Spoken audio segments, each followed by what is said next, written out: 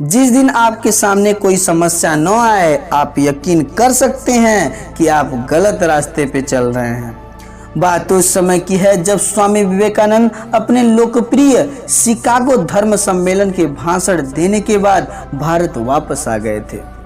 अब उनकी चर्चा विश्व के हर देश में कोने कोने तक हो रही थी। सब लोग उन्हें जानने में लगे थे। सभी लोगों की वे प्रेरणा बन चुके थे, खासकर युवाओं के लिए। स्वामी जी जब भारत वापस आए, जैसा कि उनका स्वभाव था भ्रमण करना, वे अपने स्वभाव के अनुसार हिमालय और इसके आसपास के क्षेत्रों में भ्रमण कर रहे थे।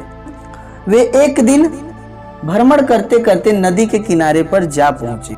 जब वे पहुंचे तब तक देखे कि जो नाव थी वह किनारा छोड़ चुकी थी। फिर वह नाव के इंतजार में वहीं पर बैठ गए। तब तक वहां से एक साधु गुजर रहे थे। स्वामी जी को अकेला बैठा देख साधु उनके पास गए और पूछे कि तुम यहाँ क्या कर रहे हो। स्वामी जी ने उत्तर दिया कि मैं नाव का इंतजार कर रहा हूँ। तो साधु बोले, तुम्हारा नाम क्या है? स्वामी जी ने बताया कि मेरा नाम विवेकानंद है। तो साधु जी ने बोला, तो अच्छा, तुम वही विवेकानंद हो जिसकी चर्चा पूरे विश्व में हो रही है और तुम्हें लगता है कि तुम बहुत बड़े महात्मा बन गए हो। साधु ने इस बात को घमंड के स्वर में बोला। फिर स्वामी विवेकानंद ने कोई जवाब नहीं दिया। फिर साधु ने घमंड के साथ नदी के पानी के ऊपर चलकर अपनी शक्ति का प्रदर्शन किया। कुछ दूर चलने के बाद साधु ने स्वामी विवेकानंद से कहा, क्या तुम भी इस तरह पानी के ऊपर चल सकते हो?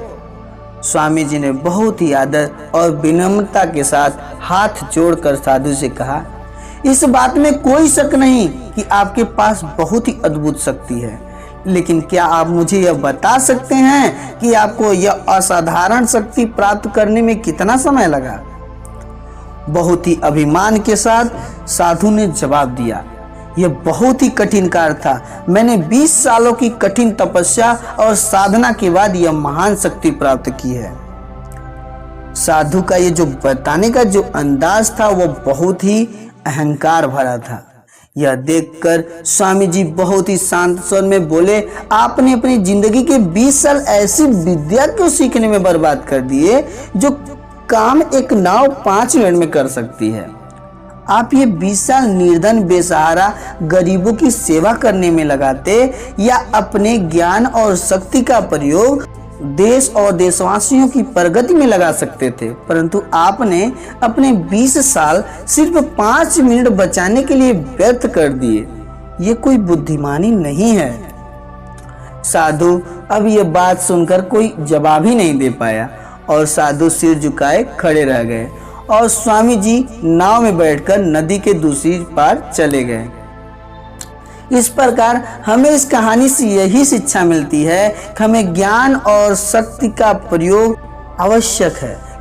किसी शक्ति को प्राप्त करके यदि हम उस पर घमंड करते हैं तो यह मूर्खता है। शक्ति का सही जगह पर सही इस्तेमाल करना ही वास्तविकता में बुद्धिमानी है।